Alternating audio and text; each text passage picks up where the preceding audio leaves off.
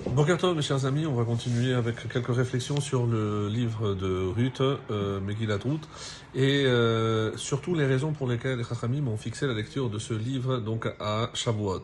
Alors, une des raisons qui est invoquée par les Chachamim, par nos sages, c'est le fait de dire que tout le livre de Ruth est basé sur le Chesed. Chesed, on avait expliqué.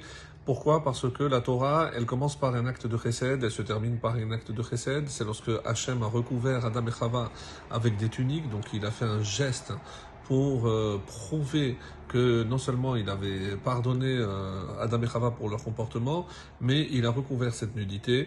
Et le dernier geste dont il est question dans la Torah, c'est lorsque Hachem lui-même en personne, si on peut dire, s'occupe et se préoccupe d'ensevelir le corps de Moshe Rabbeinu, puisque comme vous le savez, personne est monté pour accompagner Moshe Rabbeinu. C'est la raison pour laquelle on ignore encore aujourd'hui l'endroit exact de sa sépulture, puisque c'est Akadosh Baruch Hu Be'atzmo, c'est lui-même qui s'est occupé de Moshe Rabbeinu. Donc pour montrer que le monde tient par le chesed, donc Hachem nous donne justement cet exemple, et ce chesed, on le retrouve évidemment dans le personnage principal qui donne le nom à cette Megillah, à ce rouleau, c'est Ruth, qui a été capable donc de laisser tomber toute cette richesse, cette opulence de son palais, pour justement aller suivre Naomi, sa belle-mère, en se comportant presque comme une mendiante et en glanant les gerbes, les épis qui tombaient pour pouvoir se nourrir. Alors, lorsqu'on regarde dans les textes, dans la halacha, on dit que pour les Ashkenazim, par exemple, il est un devoir de lire la Megillah de Ruth et avec bracha. Donc on fait deux brachot, comme on l'a expliqué, Al Mikra Megillah et Shecheyanu, et on a l'habitude de le lire avant même le Sefer Torah. D'autre part, nous par exemple, pour les Sfaradim, on n'a pas l'habitude de lire sur un rouleau, on lit juste le livre et en règle générale, on lit l'après-midi. Il est rapporté aussi dans la halacha que la coutume était de lire le livre de Ruth le deuxième jour de Yom Tov et non pas le premier. En dehors d'Israël, cela s'entend. Et pour quelle raison? Alors là arrive évidemment une raison qui est extrêmement importante parce que ça met en valeur la place que Akadosh Baruch Hu, que la Torah a donnée aux sages. En effet, quand je sais que la Torah a interdit Moabi, l'habitant de Moab et de Ammon, la question qui s'est toujours posée et qui a été oubliée par la suite, est-ce que cela concerne aussi les femmes ou pas?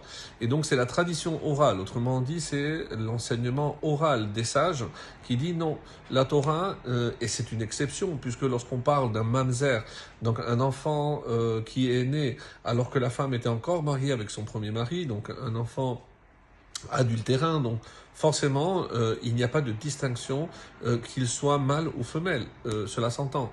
Alors pourquoi ici ce serait différent? Et donc c'est les Chachamim qui viennent expliquer que non, ça ne concerne uniquement que les hommes. Pourquoi? Parce que c'est les hommes qui allaient recevoir. Rappelez-vous, c'est Abraham qui va à l'encontre des Malachim lorsqu'il vient les chercher. Et c'est aussi la raison pour laquelle il demande mais où est Sarah? Pour faire comprendre, c'était le test pour savoir si Sarah est à l'intérieur. Alors effectivement, on pourrait condamner que les hommes, puisque ce sont les hommes qui vont accueillir les invités. Et à ce moment-là, donc, ça pouvait exclure les femmes. Et grâce au comportement de Abraham, puisque on dit que les 3 anges sont venus voir Abraham.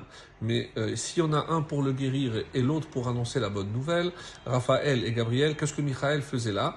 Puisque pour l'instant il n'a rien à faire chez Abraham, c'est lui qui pose la question où est Sarah? C'est justement Michaël. On dit que c'est Gabriel, Midatadin, puisque c'est celui qui va détruire Sédom, et c'est grâce à cette réponse qu'on aura évidemment la chance d'accueillir Ruth, la Moabite, au sein du clan Israël.